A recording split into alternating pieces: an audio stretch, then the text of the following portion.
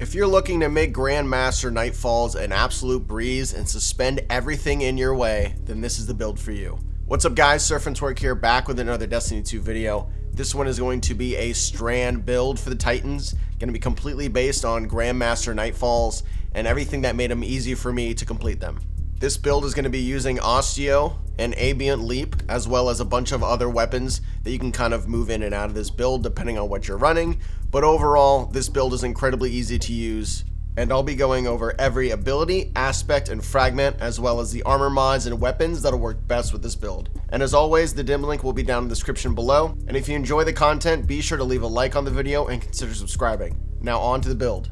Like I said before, we're going to be running the Titan Strand subclass. Super ability, of course, is going to be Blade Fury.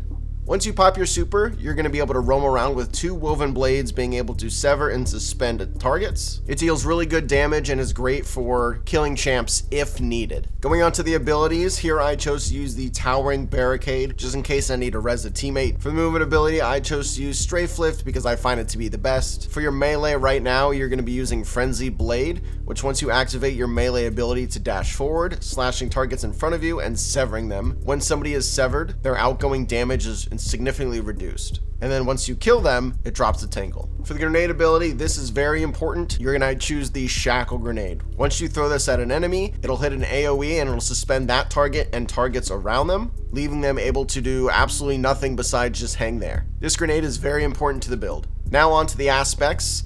Into the Fray, which destroying a tangle or casting your super grants Woven Mail for nearby allies. And while you have Woven Mail, your melee regeneration rate is increased. What Woven Mail does for you is it greatly reduces any incoming non-precision damage. So it's definitely going to help you stay alive. The second aspect is going to be Dranger's Lash, activating your class ability to create a ripple in reality that travels forward along the ground, suspending and damaging targets it hits. So another way to get suspending other than your Shackle Grenade.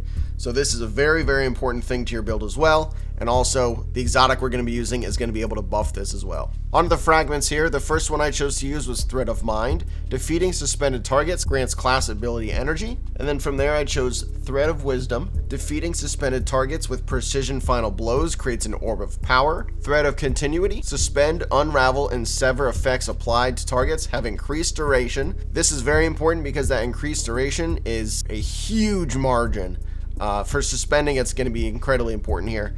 And then finally, Thread of Generation. Dealing damage generates grenade energy. This paired with Osteo, paired with your Shackle Grenade, you're going to have a Shackle Grenade almost all the time. For which stats I recommend, I'm going to definitely recommend that you go with that 10 tier resilience, especially for this end game content here. You're going to want that 30% damage reduction. From there, I'm going to recommend the recovery stat as well, as high as possible. That way you can regain your lost health as fast as possible as well. And then here again with this build, the grenades are incredibly important because you're going to want to suspend as many people as possible. So having that top tier discipline with grenade ability cooldown, it's going to be very important as well. Now moving on to the artifact mods. As always, I'm going to remind you guys that the artifact mods will change every season. However, if you're looking at this past the season of Defiance, this build will still work. You just might have to fit some of the artifact mods into it. For the first one, I'm going to do Shattered Orbs. For the first time you break a combatant shield, you create an orb of power if you break the shield with a matching damage type. Then we have Volatile Flow. Picking up an orb of power grants your void weapons volatile rounds. Then we have Brick from Beyond. Defeating a powerful combatant with a void weapon has a chance to generate heavy ammo for you and your friends.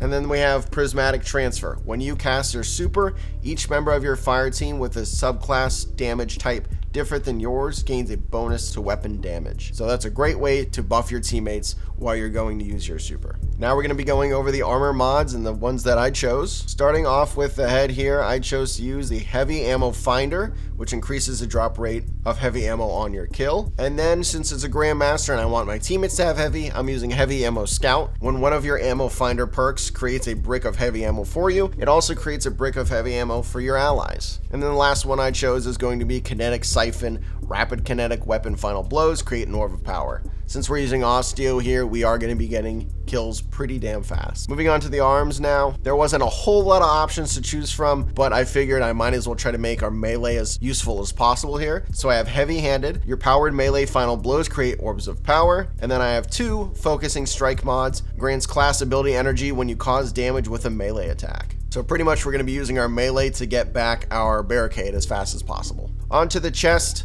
I chose to use different resist mods here. The ones I used were Arc, Void, and Solar. However, you can kind of make them whatever you see fit. But for most GMs, I feel like I'm seeing a lot of different damage types. So this would help. Now moving on to the legs, this is where we're using our exotic slot. We're using Abeyant Leap. The armor perk here is called Puppeteer's Control. Drangar's Lash spawns 2 additional projectiles, tracks targets more aggressively, and travels further. Gain Woven Mail when suspending targets. So we're going to be able to get Woven Mail for us and our teammates, as well as being able to suspend tons of enemies. For Grandmasters, this is going to be absolutely huge because it makes the champions incredibly easy to kill. For the perks, I chose to use Recuperation, which replenishes health each time you pick up an Orb of Power, and then I chose to use 2 Absolution mods, reduces all ability cooldowns each time you pick up an Orb of Power. So we're going to be getting Orbs of Power from a lot of different things. Every time you pick up one, it helps you get your abilities back, like your grenade and your barricade that are going to help suspend targets. Finally, going on to the mark, I chose to use a bomber mod, which reduces grenade cooldown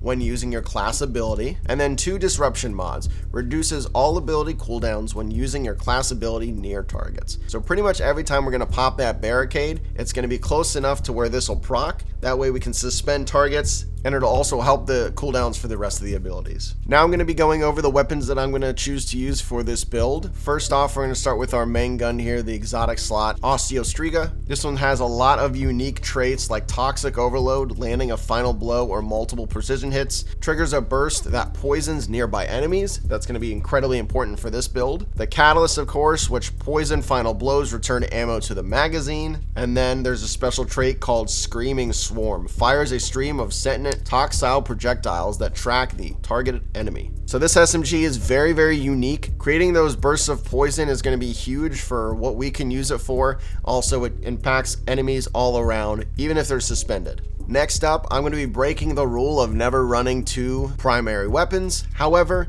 here I'm going to recommend a scout rifle. The reason being, depending on what you're running into, Osteo may not get the job done if it's something that's really far away. However, having the unlimited ammo from the scout rifle is going to be incredibly important for us. In the gameplay you're seeing, I did end up using this trusty because there was a 25% damage boost here. But if I had to recommend something else, maybe Doom of Chelchis, which is a void weapon, which will help us out with our void artifact mods. Moving on to the heavy, there's 2 options here. First one is going to be Commemoration, which is that void machine gun. It's going to be one of the best weapons in the game right now, and it's incredibly strong. I chose to use Cry Mutiny. It's going to be the solar grenade launcher. Not only did I have that solar boost for 25%, but also it comes with Vorpal weapon. This is important because Osteo right now has a bug to where if you shoot somebody long enough and it creates that burst of poison, that you swap to a weapon with Vorpal on, and it's going to be ticking down forever on any enemy unless they go immune or they die. So for harder boss fights that you really don't want to have to try, or you just kind of want to cheese, hit them with Osteo, wait till they're completely poisoned,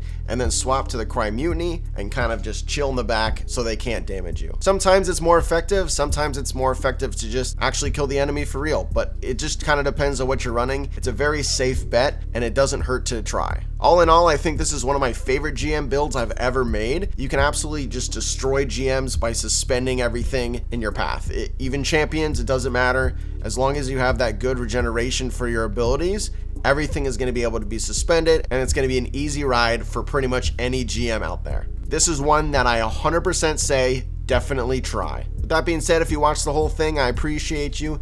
Thank you so much for checking out the channel. If this did help you out, make sure you leave a like, make sure you comment, and make sure you subscribe to the channel as well for more Destiny content. Dim link will be down in the description as always, and I'll catch you in the next one. Peace.